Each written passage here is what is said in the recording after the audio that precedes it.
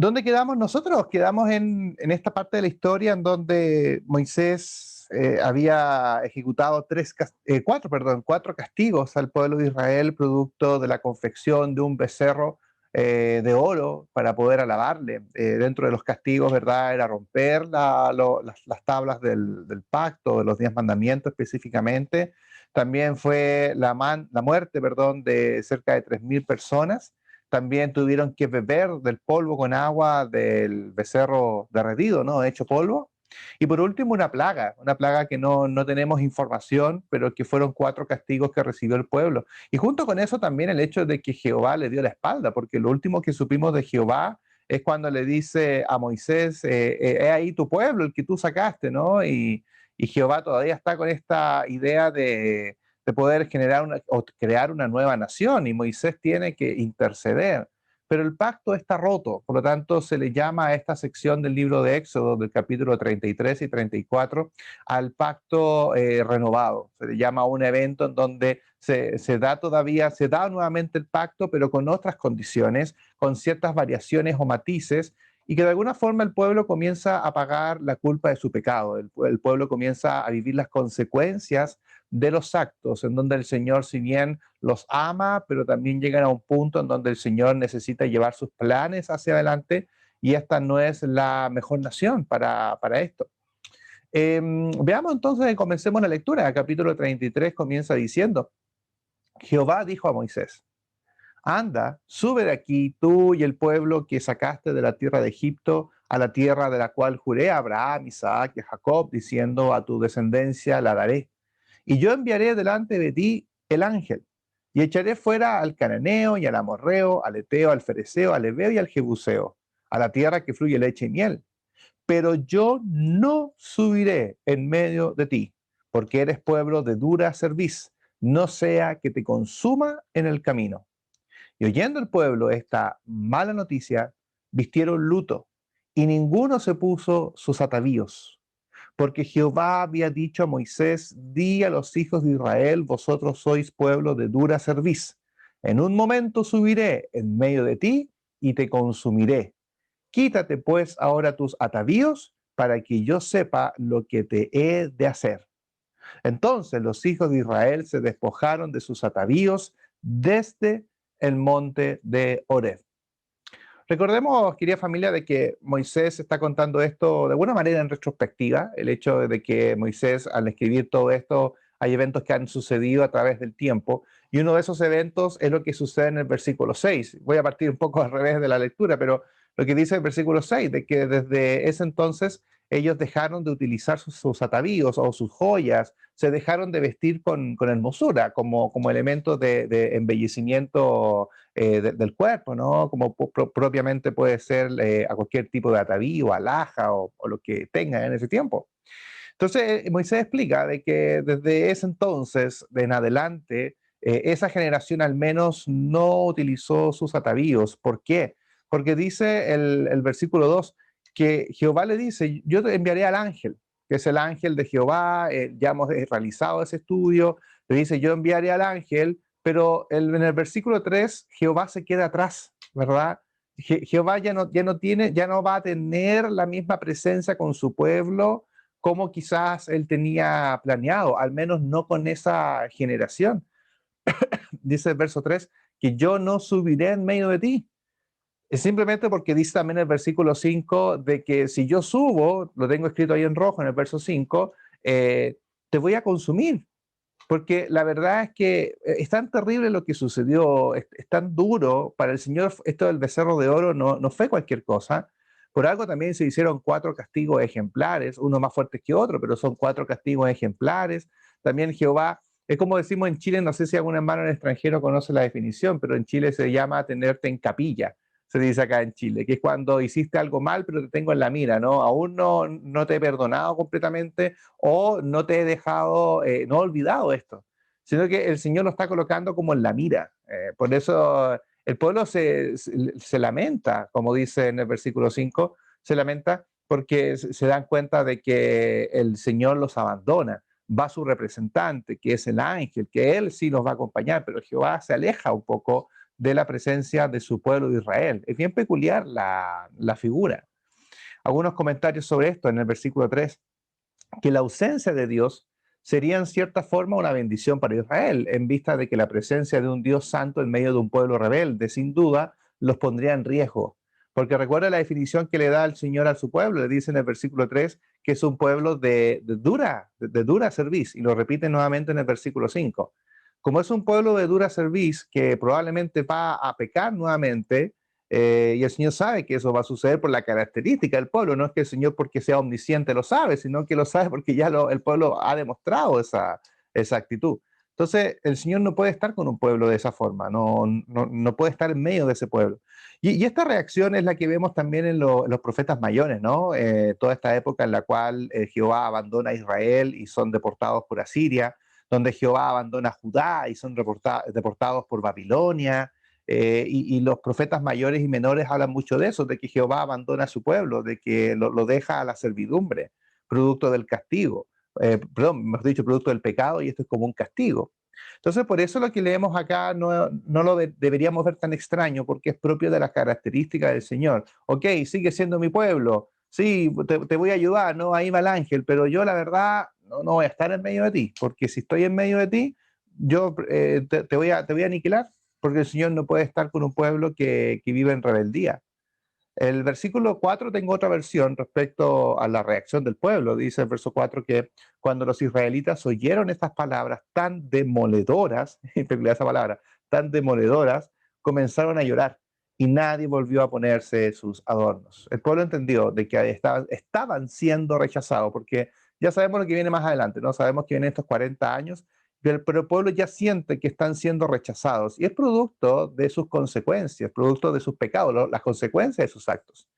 Entonces dice en ese versículo de que fue una noticia demoledora el hecho de que el Señor los estaba abandonando en términos prácticos y que era su representante el que les iba a ayudar, pero él ya no lo iba a hacer personalmente.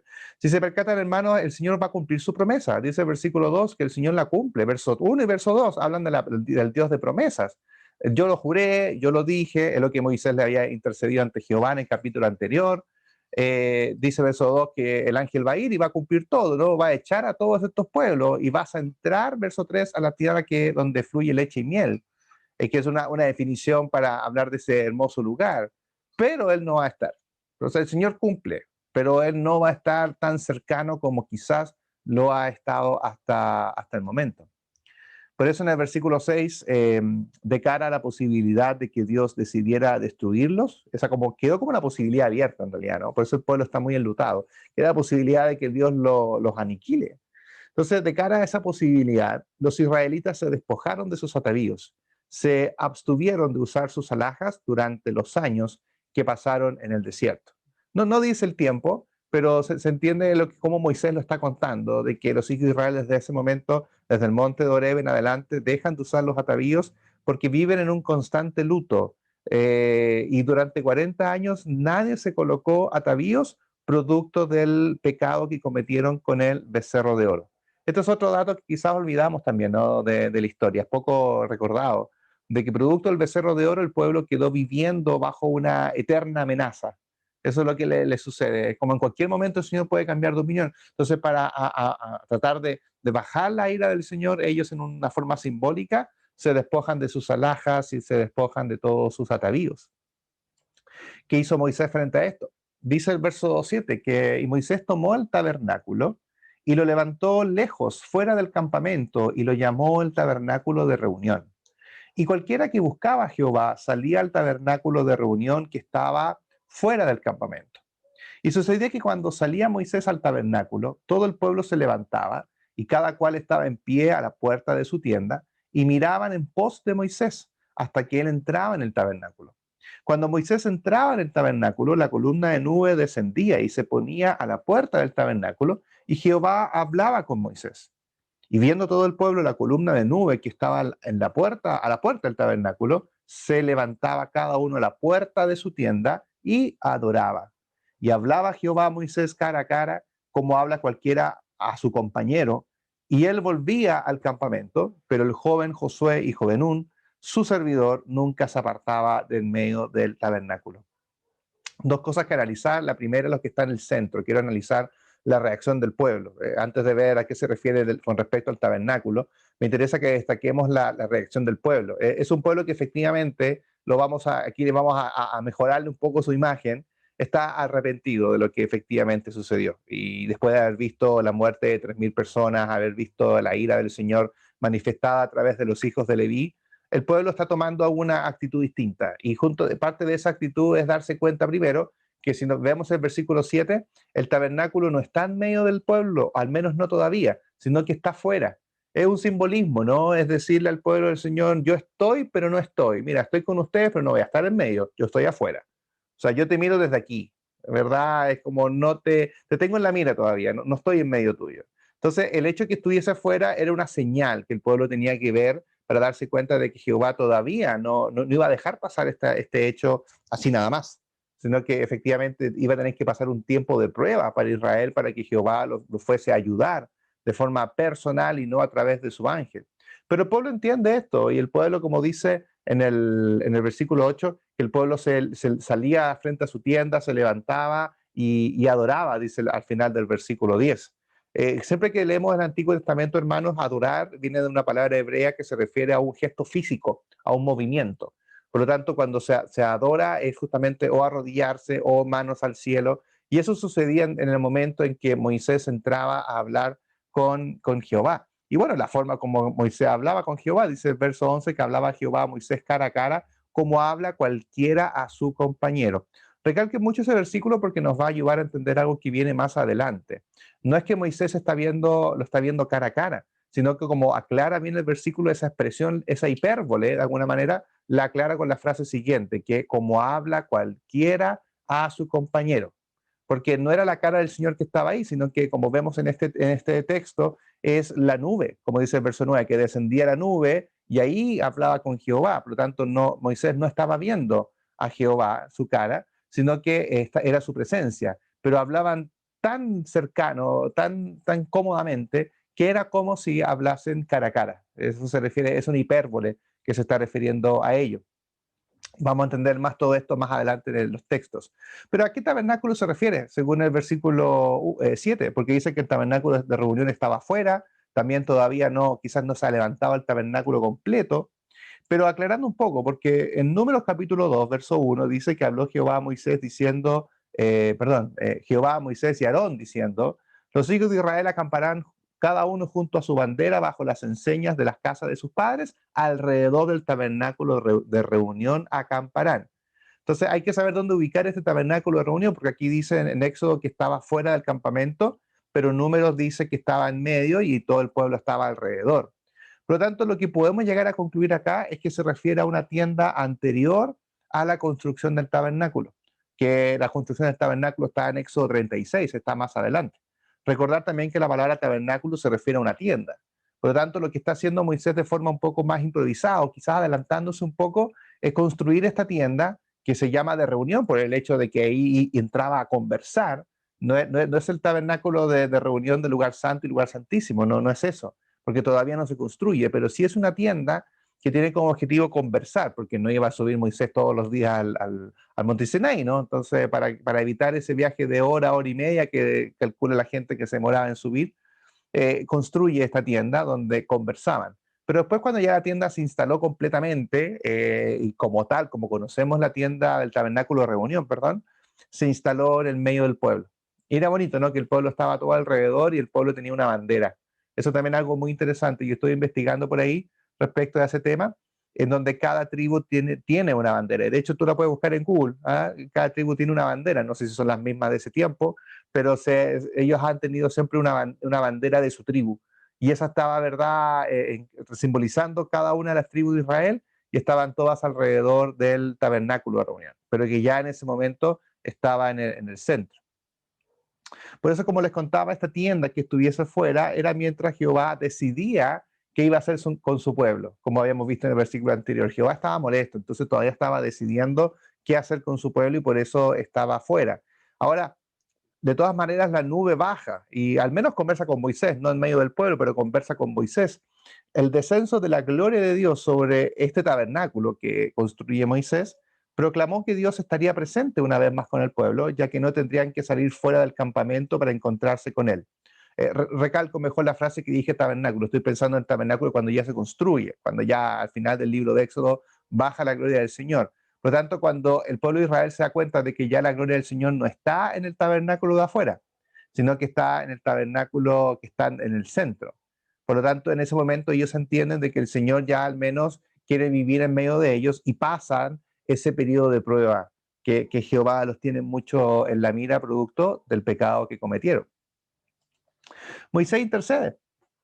Veamos cómo conversaba. Aquí vemos cómo habla Moisés con Jehová, la forma en cómo conversan. Moisés dijo a Jehová, mira, le dice, oye, tú me dices a mí, saca a este pueblo, y tú no me has declarado a quién enviarás conmigo.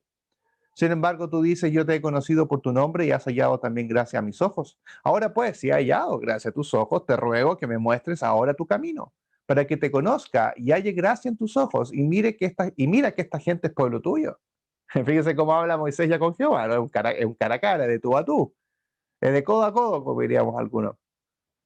Y es que en realidad a esta altura ya Moisés pasa conversando con Jehová en realidad, ya pasa, ya a 2 veces ha estado 40 días y 40 noches, 2 veces. Y él dijo, mi presencia irá contigo, verso 14, y te daré descanso. Pero se lo está diciendo a Moisés, yo contigo, yo y Moisés. Verso 15, replica Moisés diciendo, si tu presencia no ha de ir conmigo, no nos saques de aquí. Coloca condiciones.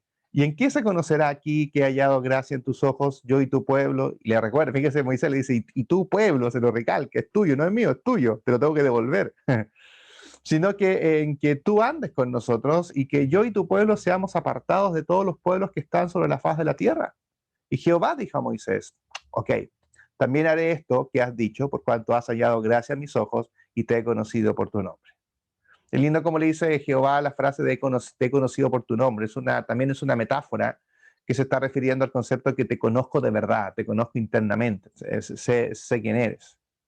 Ahora también podríamos sumarlo, estoy aquí haciendo una libertad interpretativa, con lo que dice Apocalipsis sobre que el Señor nos va a dar una piedrecita con nuestro nombre. Entonces también es un nombre nuevo que vamos a recibir en los cielos. Es una forma muy simbólica de decir que vamos a ser completamente transformados y entre tantas cosas también cambia el nombre. Entonces también es interesante incluirlo con esta idea, ¿no? De que te he conocido por tu nombre, como que el Señor ya sabe el verdadero nombre de Moisés o al menos que le va a entregar en el cielo. Es una libertad interpretativa que me estoy dando acá, pueden por supuesto cuestionarla, no hay ningún problema. Te ruego que me muestres tu camino, le dice el versículo 13. Dijo en otras palabras, si eso es lo que sientes por mí, entonces deberías revelarme más plenamente a mí, o sea, cuéntame la verdad. Cuéntame entonces qué vas a hacer, no te demores en esto. Es como el que Moisés está diciendo, oye, pero no te demores en esto. Tú estás diciendo que no vas a venir, pero sí vas a venir representado por alguien. Entonces, lo que le está pidiendo Moisés es, bueno, revélame lo que realmente vas a hacer. Ya necesito saber si vas o sí o no vas a renovar el pacto con nosotros, si te vas a quedar o no con nosotros. De hecho, ese es el juego de palabras que estábamos haciendo notar, porque habíamos leído anteriormente que Jehová le dijo a Moisés, anda, desciende, porque tu pueblo que sacaste. Pero Moisés se lo devuelve a Jehová el pueblo, le dice, mira que esta gente es pueblo tuyo. O sea, no es que sea mi pueblo, es pueblo tuyo. Y Jehová le dice a Moisés en el verso 14 que mi presencia irá contigo. Nuevamente Jehová le está diciendo que la compañía que va a hacer es solo para Moisés. Se lo está volviendo a decir. Vuelve a lo que hayamos visto en los capítulos anteriores. Y Moisés vuelve sobre la misma. No es conmigo, le está diciendo Moisés, ¿no? Sino que es con todos nosotros. Entonces, recién en el verso 17, Jehová promete su compañía con el pueblo completo, con el pueblo en su totalidad. ¿Por qué? Simplemente por la mediación que realiza Moisés y gracias a que Moisés puede conversar con él cara a cara en este aspecto de con plena confianza.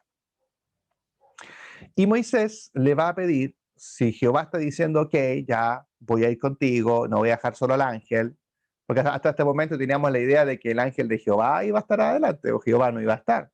Pero Jehová ahora acá ya nos estamos dando cuenta de que Jehová dice, ok, voy a ir contigo, vamos a renovar esto, vamos a partir de nuevo. Y Moisés le pide de alguna manera como un sello, no sé si una prueba, pero al menos algo que le dé seguridad. Entonces dice en el verso 18, él entonces dijo, te ruego que me muestres tu gloria. Esto es como para pedirle de alguna manera una evidencia de que Jehová está renovando el pacto. Muéstrame tu gloria. Verso 19, y le respondió, yo haré pasar todo mi bien delante de tu rostro, y proclamaré el nombre de Jehová delante de ti, y tendré misericordia del que tendré misericordia, y seré clemente para con el que seré clemente. Dijo más, no podrás ver mi rostro, porque no me verá hombre y vivirá. Y dijo aún Jehová, he aquí un lugar junto a mí, y tú estarás sobre la peña. Y cuando mi gloria pase, yo te pondré en una hendidura en la peña, y te cubriré con mi mano hasta que haya pasado. Después apartaré mi mano y verás mis espaldas, mas no se verá mi rostro. ¿Se fijan por qué la frase cuando leíamos que conversaba con él cara a cara se explica por la frase que viene a continuación del mismo versículo, que era hablar en plena confianza? Porque Moisés le está pidiendo, pero déjame ver, deja verte. Eso es lo que le está pidiendo, deja verte. Porque era tanta la conversación que tenía Moisés con Jehová durante tanto tiempo, durante tantos días, 40 días y 40 noches, una vez, ahora va a ser por segunda vez. Creo que son tres, tendríamos que revisar eso, pero lo último que falta, en verdad, es ver a Jehová. Ya verlo cara a cara, si estamos tan cerca, yo ya te quiero ver. Y también como una prueba de que esto efectivamente tú vas a cumplir tu pacto. Pero de alguna manera el Señor dice, no podrás ver mi rostro, verso 20, y no me verá hombre y vivirá. Si algunos estudiaron el tema conmigo de la teofanía del ángel de Jehová, nos dimos cuenta de que por qué no murieron los que vieron al ángel de Jehová, aunque sentían que iban a morir, porque en realidad veían a Jesucristo. Pero al Padre nadie lo ha visto. Entonces, si Dios es tan santo que ningún hombre puede verle y vivir, entonces, ¿cómo haría lo que Moisés le había pedido? El Señor proveyó una solución. Es muy linda esta relación de Jehová con Moisés, que es una buena forma también de terminar toda esta serie de estudios, de mostrar la unión o la intimidad que tenía Jehová con Moisés y el amor que le tenía también a Moisés, en donde Moisés está pidiendo algo a un nivel altísimo, verso 18, y le está diciendo, muéstrame tu gloria, te quiero conocer. Ya está pidiendo, como diríamos acá, no sé, de fundido, quizás decimos en Chile, de regalón, de consentido, como dirían en algunos países. Ya es mucho. Y el Señor no se lo niega, sino que el Señor igual le accede a la petición. Es muy bonita la relación que está teniendo con Moisés. Pero debido a que nadie puede ver al Señor y viva, simplemente porque el Señor es tan santo que nuestra mortalidad no soporta la divinidad y la presencia del Señor, el Señor le provee una solución, que al menos pueda ver sus espaldas. Dice el verso 19 que Jehová va a pasar proclamando el nombre de Jehová, pero eso lo vamos a ver más adelante, solamente lo recalco porque lo va a explicar los versículos que vienen a continuación. Moisés tuvo el privilegio de ver a Dios de una manera cercana y personal, probablemente como ningún otro humano lo había hecho desde Adán y Eva. Y yo creo que quizás Juan, no el Bautista, sino que Juan el apóstol, quizás de alguna manera estando en vida, pudo ver la gloria del Señor también, ¿no? La vio la palpó bastante dentro de sus revelaciones. Pero hasta ese entonces, desde Moisés en adelante, nadie vio al Señor como realmente Moisés lo conoció, como Moisés conversó con él. Entonces, respondiendo a este interrogante, ¿vio Moisés a Jehová o no? Dice acá este comentario de Cody Roper, plantea lo siguiente. No hay contradicción entre el versículo 30-22 y el 33-11, donde el texto dice que Dios habló con Moisés cara a cara. Lo más probable es que el 33-11 quiere decir que Dios se comunicó más libremente con Moisés que con cualquier otro hombre. No sugiere que Moisés realmente vio a Dios tal como es. Dice en Números que Dios le hablaría cara a cara, esto es, ni en sueño ni en visiones, sino clara y directamente. Porque recuerden ustedes que también algunos profetas entendían al Señor por sueños o por visiones y que había que interpretar como los sueños de Daniel. Pero el Señor aquí hablaba de forma directa, sin visiones ni rodeos. Sigue el comentario que curiosamente los que se dice que han visto a Dios y vieron únicamente algo relacionado con Dios también. Porque si nos percatamos que Moisés vio la espalda, al final no vio su rostro, vio su espalda. Los ancianos vieron el embaldosado debajo de sus pies. ¿Se acuerdan en el Éxodo 24? Que estaban frente a la presencia del Señor, pero al final vieron solamente la parte de abajo, no agacharon su cabeza. Isaías también, Isaías vio sus faldas que llenaban el templo, pero no vio la cara del Señor. Por eso todos los que dicen haber visto algo de Dios en realidad nunca le vieron como tal. Y yo agrego Juan 1:18 en la versión NBI, donde dice, el apóstol dice, a Dios nadie le ha visto nunca. El Hijo unigénito, que es Dios y que vive en unión íntima con el Padre, nos lo ha dado a conocer. Por eso ese texto dice eso, que nadie ha visto a Dios nunca desde estando en nuestra mortalidad. Solamente el Hijo unigénito. ¿Y por qué? Porque vive, como dice el verso, en unión íntima con el Padre. Él conoce al Padre y a través de él nosotros le hemos conocido. Es como la petición de Felipe, muéstranos al Padre. Jesús dice, tanto tiempo han estado conmigo y no han visto a mi Padre. Tienen que verlo a través de él, mientras estemos en vida. El ver la cara de Dios Padre, de esa parte de la deidad, va a ser un privilegio que vamos a tener cuando estemos en los cielos, pero estando en vida no se nos es permitido. Continúa el relato. Éxodo 34, ya pasamos al otro capítulo. Y Jehová dijo a Moisés, alízate 2 tablas de piedra como las primeras, y escribiré sobre esas tablas las palabras que estaban en las tablas primeras que quebraste. Prepárate pues para mañana y sube a la mañana al monte de Sinaí y preséntate ante mí sobre la cumbre del monte.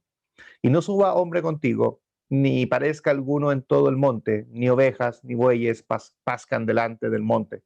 Y Moisés alisó 2 tablas de piedra como las primeras, y se levantó de mañana, y subió al monte Sinaí, como le mandó Jehová, y llevó en su mano las 2 tablas de piedra. Y Jehová descendió en la nube, y estuvo allí con él, proclamando el nombre de Jehová. Se está renovando el pacto, ¿verdad? Nos damos cuenta de que las tablas fueron rotas y Jehová le dice, ok, hagámoslo de nuevo. Prepáralas, sube, ven a la montaña nuevamente. Y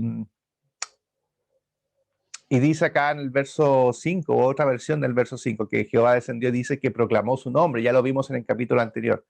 ¿Pero a qué se refiere? Veamos una versión, la PDT de este versículo. Y el Señor bajó en la nube, se quedó ahí con él y pronunció su nombre. Me gusta mucho esa interpretación porque queda más claro qué es lo que pronunció. De hecho, hay un comentario en la misma Biblia que dice que su nombre es textualmente el nombre Yahvé, o con los acrónimos que nosotros le conocemos, IHWH. Entonces, por eso me gusta ese versículo, porque lo que hizo Jehová en ese momento es, él pronunció su nombre, es decir, Moisés volvió a escucharlo, tal como lo escuchó en Éxodo capítulo 3, cuando se encontraba en el Sinaí. Eso es lo interesante que estamos viendo acá.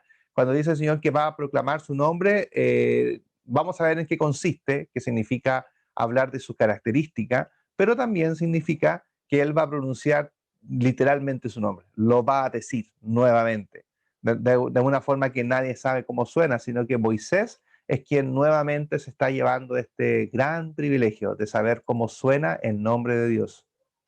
Y pasando Jehová por delante de él, proclamó, ya están en el monte, están en el cerro, el monte Sinaí, cerro digo, el monte en realidad, no digo cerro, lo achico, el monte Sinaí. Y pasando Jehová por delante de él, proclamó Jehová, ¿no? Jehová, Jehová. Y ahí leemos Yahvé, ¿no? Fuerte, misericordioso y piadoso, tardo para la ira y grande misericordia y verdad, que guarda la misericordia a millares, que perdona la iniquidad, la rebelión y el pecado, y que de ningún modo tendrá por inocente al malvado, que visite la iniquidad de los padres sobre los hijos y sobre los hijos de los hijos hasta la tercera y cuarta generación. Ahí en el verso 6 y 7 se explica muy bien qué significa que el Señor dijo que iba a proclamar su nombre, que es hablar de su característica, es hablar de quién es. Él se estaba presentando nuevamente. Es peculiar, ¿no? Porque al renovar el pacto, Jehová se vuelve a presentar frente a Moisés con todas sus características. Y ya habíamos leído lo que significaba los hijos de la tercera y cuarta generación. Eso lo vimos en las tablas de la ley, en capítulos anteriores. Entonces, cuando esto sucede, verso 8, que entonces... Perdón, quiero leer este comentario antes, ¿no? Que va sobre esta idea, que Dios no solamente le apareció a Moisés, también proclamó su nombre y su naturaleza, porque está diciendo quién es Jehová. Y verso 8, entonces Moisés, apresurándose, bajó la cabeza hacia el suelo y adoró. No lo vio, sino que se apresuró a esconderse. Y dijo, si ahora, Señor, he hallado gracia ante tus ojos, vaya ahora el Señor en medio de nosotros, porque es un pueblo de dura cerviz, y perdona nuestra iniquidad y nuestro pecado, y tómanos por tu heredad. Moisés interviniendo por el pueblo. Me gusta la frase que dice Moisés, porque le está diciendo al Señor, es un pueblo duro de servir, y justamente por eso es porque no tienes que dejarnos, sino que por eso mismo es porque tienes que seguirnos, porque necesitamos de ti, ¿verdad? Eso es lo que está diciendo Moisés. Sí, somos duros de servir, y justamente por eso es que te necesitamos. Además, ¿por qué necesitan al Señor? Porque dice después del mismo versículo que, y perdona nuestra iniquidad, perdona nuestro pecado, tómanos por tu heredad.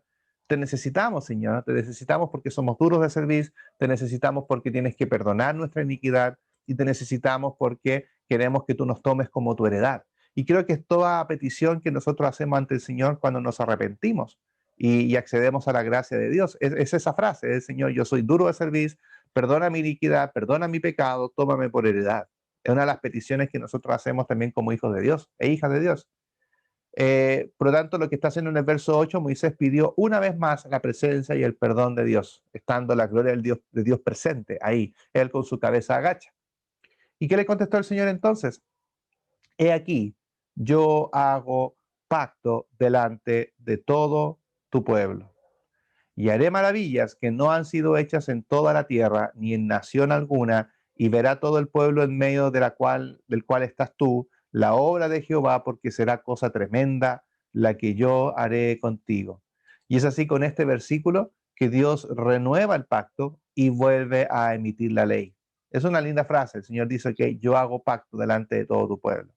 Insiste el Señor que lo lidera, y por lo tanto dice: yo al pueblo que tú estás representando en esta petición, yo voy a hacer pacto con él. Y el Señor promete que va a hacer grandes cosas que nadie ha hecho nunca. Eso sí, con algunas condiciones, ¿eh? Esto no es gratis. Dice en el versículo 34, capítulo 34, perdón, verso 11: guarda lo que yo te mando hoy. He aquí que yo he hecho de delante de tu presencia al amorreo, al cananeo, al eteo, al fereceo, al heveo, al jebuseo. Fíjense en el verso 11, ya no es el ángel de Jehová que lo hace, sino que ahora Jehová personalmente lo voy a hacer. Verso 12, guárdate de hacer alianza con los moradores de la tierra donde has de entrar, para que no sean tropezaderos en medio de ti. Derribaréis sus altares y quebraréis sus estatuas y cortaréis sus imágenes de acera. Pero las imágenes de acera es un término que se refiere a un tallado similar a una diosa, que lo hacían en un árbol sagrado, lo colocaban al lado de los altares. Hay algunos versículos ahí que hablan al respecto. Entonces, acera se refiere a una imagen tallada que se colocaba junto con los altares. Entonces vuelve el verso 3, el Señor les dice: derribaréis sus altares, quebraréis sus estatuas y cortaréis esas imágenes de acera que eran propias del Medio Oriente. ¿Por qué? Dice el verso 14, porque no te has de inclinar a ningún otro Dios, pues Jehová, cuyo nombre es celoso, Dios celoso es. Hablábamos del concepto de los celos el otro día, ¿no? Que no eran celos de la envidia de un amor de pareja, sino que es un celo donde el Señor quiere exclusividad en adoración. Entonces dice que Dios es celoso. Verso 15, por tanto, no harás alianza con los moradores de aquella tierra, porque fornicarán en pos de sus dioses y ofrecerán sacrificios a sus dioses, y te invitarán y comerás de sus sacrificios. O tomando de sus hijas para tus hijos y fornicando sus hijas en pos de sus dioses, harán fornicar también a tus hijos en pos de los dioses de ellas. No te harás dioses de fundición. Fíjate el verso 16 y 17, en realidad es lo que pasó cuando adoraron al becerro, cuando hicieron toda esta fiesta o estas orgías sexuales en pos de un dios ficticio, en pos de un dios que era un animal que comía pasto, ¿no? Esa era la representación. Entonces le está diciendo Jehová: sí, ok, estoy contigo, yo voy a ser el que va adelante, como dice el verso 11, pero tienes que hacer algo, tienes que derribar todos los altares, porque Dios es celoso, mi nombre es celoso, quiero exclusividad. Y dentro de esa exclusividad significa no realizar este tipo de fiestas, este tipo de fornicaciones frente a estos dioses. Y por supuesto, el verso 17 se recalca, se refuerza este mandamiento, se refuerza los mandamientos de Dios que el pueblo no cumplió con el becerro de oro. Entonces le vuelve a decir: no te harás dioses de fundición. Así que estamos listos para escribirlo en piedra de nuevo. Dice el verso 27, y Jehová dijo a Moisés: escribe tú estas palabras, porque conforme a estas palabras he hecho pacto contigo y con Israel. Bien. Y él estuvo allí, hablando de Moisés, ¿no? Con Jehová 40 días y 40 noches. No comió pan, ni bebió agua, y escribió las tablas en tablas las palabras del pacto. ¿Qué cosa? Los 10 mandamientos. Por eso yo les contaba, hermanos, de que se entiende de que lo que está escrito en piedra son los 10 mandamientos, lo que está escrito en papel son todas las otras ordenanzas. Verso 29, y aconteció que descendiendo Moisés del monte de Sinaí, con las 2 tablas del testimonio en su mano, al descender del monte, no sabía Moisés que la piel de su rostro resplandecía, después que hubo hablado con Dios. Y Aarón y todos los hijos de Israel miraron a Moisés, y aquí la piel de su rostro era resplandeciente, y tuvieron miedo de acercarse a él. Y fíjate que esto sucede cuando, el Señor le mostró ya su espalda, ¿no? La parte de su gloria. Entonces, la transformación que está teniendo Moisés es precisamente porque su cuerpo mortal no está capacitado o no estamos capacitados para ver la presencia del Dios Padre. Lo que nosotros conocemos es el Espíritu Santo que mora en nosotros, por supuesto, y conocemos a Jesús que fue encarnado. Pero Dios Padre no tiene una representación física. Y por eso es que Moisés, de alguna forma, lo que logró ver, aún así lo transformó. Bueno, llama la atención lo que dice el verso 28, de que si bien estuvo 40 días y 40 noches más, ¿no? Adicionales. Esta es la tercera vez. La primera vez fue para el libro del pacto, la segunda para entregar los tabernáculos o la ordenanza del tabernáculo, y esta es la tercera vez que Moisés sube al monte de Sinaí. Pueden verificarme eso por interno, pero yo hasta donde yo estoy contando tenemos 3 veces que el Señor está subiendo al monte de Sinaí. Pero la diferencia de ahora es que él no comió pan ni tampoco bebió agua.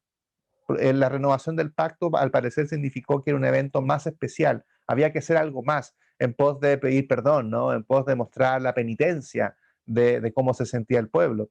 En lo que a esto se refiere, como en otros casos, Jesús fue como Moisés. Las similitudes son altísimas, porque en el desierto, antes de ser tentado por Satanás, Jesús ayunó por 40 días y 40 noches. Y como dice, el ayunar significa no comer pan y no beber agua. Es así de extremo el ayuno.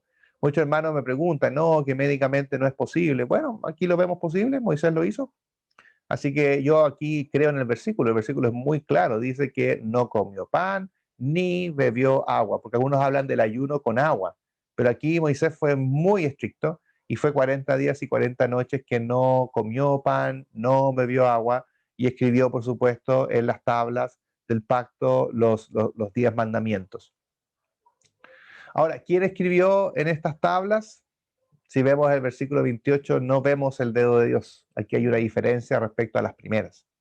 El dedo de Dios era un privilegio, pero que un privilegio que el pueblo terminó echando por la borda por su conducta, sino que vemos que es Moisés el que efectivamente talla los 10 mandamientos en las tablas que él mismo llevó. ¿Se acuerdan que la vez anterior el Señor proveyó de la piedra y proveyó de la escritura? Pero aquí no es así.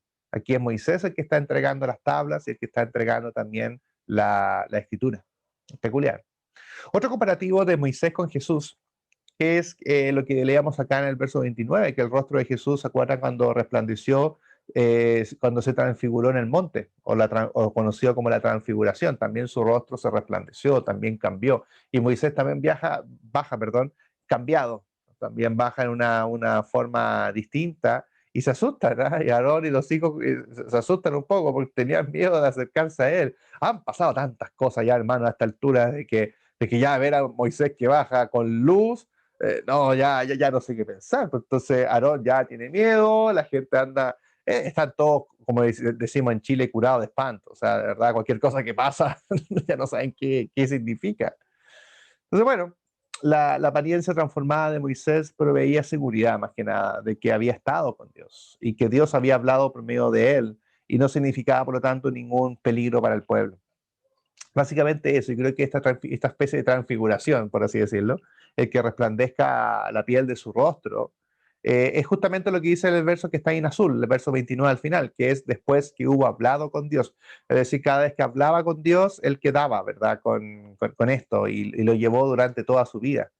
Vamos a ver cómo él manejó esto, pero era un símbolo de que Jehová efectivamente había hablado con Moisés y también hablaba, por supuesto, de la relación íntima que tenía Moisés con Jehová. Entonces Moisés los llamó, ¿ya? Porque bajó con el pacto renovado 40 días después, ¿no? Y a Aarón y a todos los principales de la congregación volvieron a él y Moisés les habló, Después se acercaron todos los hijos de Israel, ¿verdad? A los cuales mandó todo lo que Jehová le había dicho en el monte. Se repite la misma escena anterior, ¿no? Nuevamente se repite acá, llama a todos y les lee las palabras. Si bien el pasaje no dice que el pueblo se comprometiera de nuevo a guardar la ley, probablemente lo hicieron en vista del precedente del evento anterior. O sea, para no repetir la historia, ¿verdad? El escritor, y para no aburrirnos en esto, simplemente cuenta lo que se hizo desde ese punto de vista, pero imaginamos que el pueblo aceptó. Verso 33, y cuando acabó Moisés de hablar con ellos, ¿qué hizo? Puso un velo sobre su rostro. Cuando venía Moisés delante de Jehová para hablar con él, se quitaba el velo hasta que salía, y saliendo decía a los hijos de Israel lo que le era mandado. Y al mirar los hijos de Israel el rostro de Moisés, veían que la piel de su rostro era resplandeciente. Y volvía Moisés a poner el velo sobre su rostro hasta que entraba a hablar con Dios. Qué peculiar, ¿no? Esta intimidad que tiene Moisés con Jehová tiene una consecuencia, linda, por supuesto, pero no sé si llama linda. Algunos podrían decir un estigma, pero no es un estigma, ¿no? Sino que se refiere a una bella consecuencia de estar tan cerca del Señor que su rostro resplandece. O sea, se veía la gloria del Señor en la piel de Moisés, y eso nunca se le quitó. Por eso que él ya vivía con un velo, ¿verdad? Algo que cubría su cabeza para... Yo creo que era como que irradiaba, como que te encandilaba un poco. Entonces, para que no le molestara a la gente y no lo miraran raro tampoco, él se colocaba este velo, pero se lo sacaba cuando conversaba con el Señor.